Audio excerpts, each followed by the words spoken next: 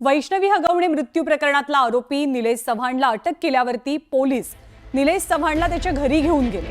घरी जाण्याचं कारण म्हणजे निलेश चव्हाणच्या घरी काही महत्त्वाचे पुरावे असल्याची माहिती पोलिसांकडे होती आणि हे पुरावे पोलीस घेऊन जाताना तिजोरी ज्या पंचानं उघडली, कारण या तिजोरीमध्ये 2 मोबाईल फोन असल्याची माहिती आहे, जे मोबाईल फोन लता हगवणे आणि करिश्मा हगवणेचे होते। तर या लॉकरची तिजोरी ज्या पंचानं उघडली त्या पंचाला आपल्या सोबत वाहनातनं घेऊन जायला पोलीस विसरून गेले, पण त्यामुळे या पंचाची मोठी पंचायत झाली। हा पंच माध्यमांच्या गरड्यामध्ये सापडला होता। माध्यमांकडनं नेमके कोणते पुरावे सापडले आहेत, काय काय जप्त केलंय, या पिशवीमध्ये काय आहे, अशा अनेक प्रश्नांचा भडीमार सुरू झाला।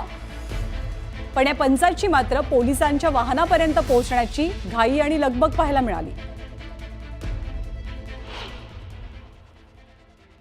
आता पाहतोय की हे सगळे रिकव्हर केलेलं जी बॅग आहे ती बॅग घेऊन हे पंच सुद्धा निघालेले आहेत।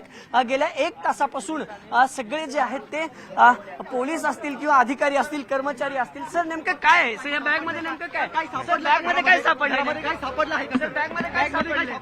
सर बॅग मध्ये ही बॅग आपण पाहताय की या बॅग मध्ये जे गॅजेट्स आहेत, जे मोबाईल आहेत ते जप्त करण्यात आलेले आहेत। काही वस्तू आहेत निलेश चव्हाणच्या घरून घेतलेल्या। काय सापडल्या? सर काय वस्तू यामध्ये काय जप्त केलं? आपण जप्त काय केलं? काय केलं सर? जप्त काय केले? पोलीस गाडी जप्त काय केले? सर जप्त काय केले? सर जप्त काय केले? नेमकं सापडलं आहे का? सर काय सापडलं का? सर जप्त काय केले? नेमकं जप्त काय केले? सर सर काय जप्त काय केले?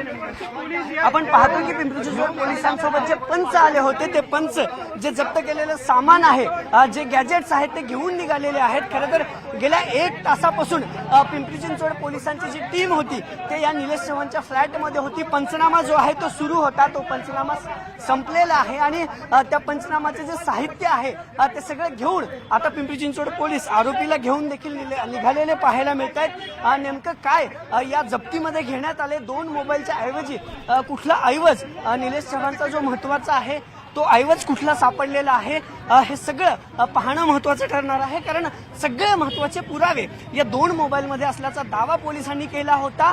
तेच मोबाईल जप्त करण्यासाठी जी पंचांची टीम निलेश चव्हाणच्या घरी आली होती ती टीम आता इथून त्या पंचाला आरोपी त्यामुळे का पिशवीमध्ये काही पुरावे पंचांनी गोळा केल्याची माहिती आहे। अधिक अपडेट्ससाठी अभिजित सध्या आपल्या सोबत आहेत। अभिजित, जवळपास तास ते सव्वा तास ही सगळी चौकशी किंवा शोधमोहीम सुरू होती निलेश चव्हाणच्या घरी। काय काय मिळवण्यामध्ये, काय काय आपल्या सोबत घेऊन जाण्यामध्ये पंचांना यश मिळाल्याचं कळतंय? ज्ञानदा, आपण पाहतोय की तब्बल 1.5 तास, सव्वा ते 1.5 तास निलेश चव्हाणच्या याच घराची तपासणी केल्यानंतर जो महत्वाचा पुरावा वैष्णवी हगवणे प्रकरणातला होता ते म्हणजे लता आणि करिश्मा हगवणेचे 2 मोबाईल, ते मोबाईल पुणे खरं तर पिंपरी चिंचवड पोलिसांनी जप्त केल्याची प्राथमिक माहिती मिळाली आहे। इलेक्ट्रॉनिक गॅजेट्स आहेत। पंचाच्या हातात जी बॅग होती त्यामध्ये देखील या निलेश चव्हाणच्या घरातून जप्त केलेल्या काही वस्तू आहेत। जातानाची सगळी पंचाची तारांबळ आपण पाहिली। इथून खरं तर काही हाकेच्या अंतरावर पोलिसांच्या गाड्या थांबल्या होत्या, तिथून पंचाला विसरून पोलीस गेले होते। पण त्या बॅग मध्ये नेमके काय पुरावे आहेत? पोलिसांनी 2 मोबाईल तर जप्त केलेत, या व्यतिरिक्त कुठले इलेक्ट्रॉनिक गॅजेट्स पावधन पोलिसांनी निलेश चव्हाणच्या या राहत्या घरातून जप्त केलेले आहेत? कुठली माहिती या तपासात, म्हणजे घरचा जो पंचनामा झाला, 2 पंच घेऊन खरं तर बावधन पोलीस आले होते, त्या पंचांसोबत कुठला तपास खरं तर बावधन पोलिसांनी निलेश चव्हाणच्या या घराच्या 4थ्या मजल्यावरती केला? कुठल्या वस्तू जप्त केल्या? ही माहिती जरी अजून समोर आली नसली तरी प्राथमिक जी माहिती मिळते, ज्यामध्ये 2 मोबाईल जो महत्वाचा पुरावा या वैष्णवी हगवणे प्रकरणातला आहे, ते 2 मोबाईल असतील, इलेक्ट्रॉनिक गॅजेट्स असतील आणि इतर काही वस्तू जे पुरावा म्हणून या केसमध्ये वापरता येतील, त्या सगळ्या जप्त करून बावधन पोलिसांनी जवळपास सव्वा तास हा सगळा तपास सुरू होता। निलेश चव्हाणला घेऊन जो आरोपी आहे, सह आरोपी आहे, इतर 5 आणि हा 6वा सह आरोपी, त्या सह आरोपीला घेऊन त्याच्या राहत्या घरी तपासासाठी हे पोलीस आले होते आणि त्यानंतर या सगळ्या काही वस्तू आहेत त्या जप्त करण्यात पिंपरी चिंचवड पोलिसांना यश आलेलं आहे। हा तपास नेमका आता कशा पद्धतीने 3 जून पर्यंत जातो हे पाहणं महत्वाचं ठरणार आहे। ज्ञानदा, अभिजित, धन्यवाद। ताजी माहिती वेळोवेळी जाणून घेत राहू।